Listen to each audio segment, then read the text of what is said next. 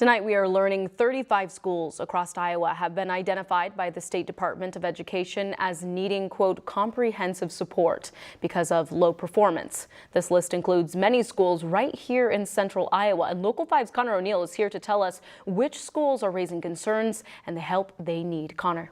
Yeah, Larissa, well, the state's required by federal law to grade each school primarily based on how well it does in subjects like English language arts, math, and science. What also takes a school's absenteeism rate into account. Des Moines Public Schools was the only metro district identified on the low performance list and had 12 of the state's 35 schools needing comprehensive support.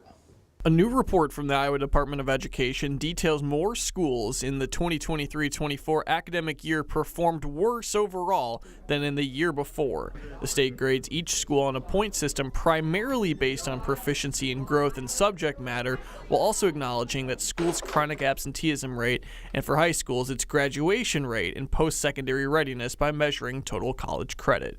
After giving that school a grade in each category, the state determines if comprehensive support and improvement is needed if that school scored within the lowest 5% of Title I schools in the state.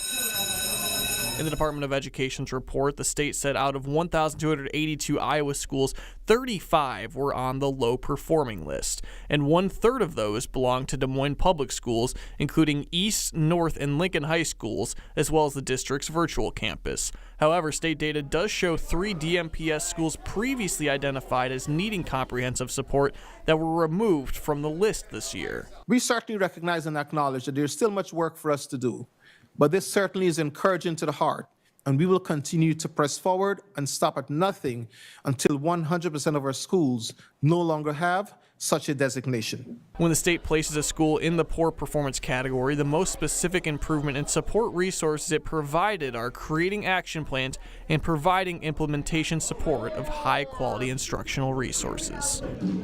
And for context, comprehensive support from the state lasts 3 years. 4 of the 12 Des Moines public schools on the low performance list were identified a year before. You can find out how any school did in the state by going to our website, weareiowa.com.